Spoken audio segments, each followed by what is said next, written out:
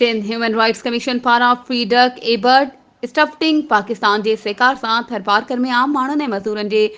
हक़नि जी पासदारी ऐं corporate social responsibility तहत इलाइक़े जे समाजी ऐं इक़्तिसादी तरक्की में इदारनि जी किरदार जे हवाले सां अवामी ॿुधणी अॼु DC ऑफिस थरपारकर मिठी जे दरबार हॉल में थी,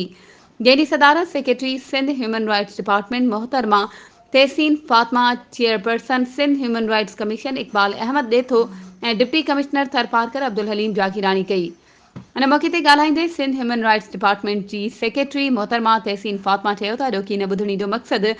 मज़दूर तबिके जे थींदड़ हक़ तलफ़ी खे ख़तमु कराए खेनि बुनियादी हक़नि जी फ़राहमी खे यक़ीनी बणाइणु आहे। Chairperson Sindh human rights commission Iqbal Ahmed Detho इंसान जे बुनियादी हक़नि ऐं मज़दूरनि जे तहफ़ुज़ बाबति ॿुधायो त कमीशन पारां सिंध जे मुख़्तलिफ़ ज़िलनि में अहिड़ियूं अवामी ॿुधणियूं कयूं पियूं वञनि।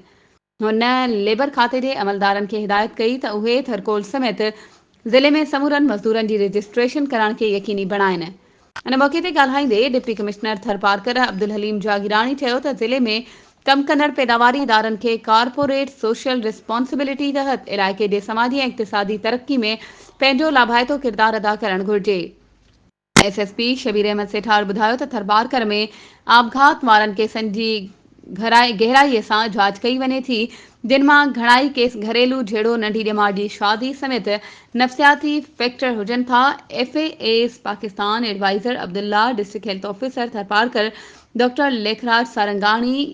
ADC 2 थरपारकर मोहम्मद उस्मान ख़ासकेली खां अलावा समूरनि वास्तेदार खातनि जे अमलदारनि शिरकत कई।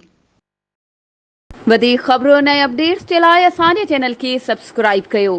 ऐं हा, बेल आइकन खे प्रेस करणु न विसारिजो त जीअं असांजी हर नई अचण वारी वीडियो तव्हां ताईं पहुची